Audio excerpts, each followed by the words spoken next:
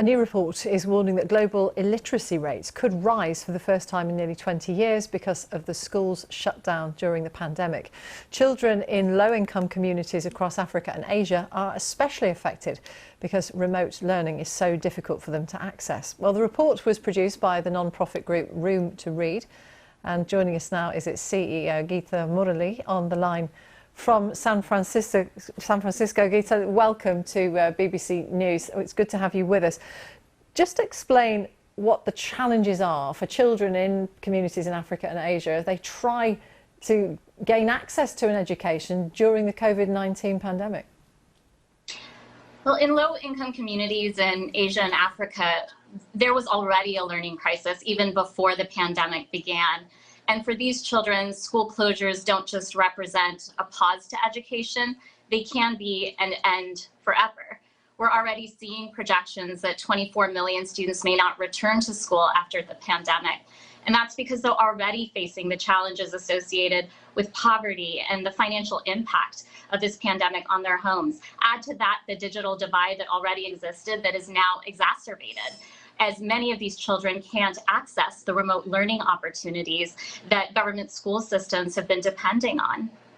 So this survey, what does it suggest is likely to happen to illiteracy rates? We have seen that the youth illiteracy rates have continued to decline. The last rise was in 2001.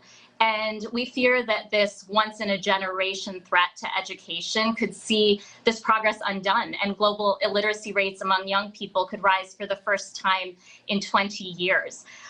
Why does this matter? Literacy is vital to break the cycles of generational poverty, and it's the foundation for all future learning. So if children can read, they become informed, they become the next scientists and healthcare workers, teachers and activists that address community challenges like this pandemic, let alone so many other challenges like systemic inequity or weak education systems or climate change. So at Room to Read, we know we have to keep children learning, whether schools are open or not. The long-term implications of not acting now are severe, and we will have negative impacts for years to come if we don't address it. How much more affected are girls than boys? Girls face considerable risks, largely because many times parents see girls as a burden in the household.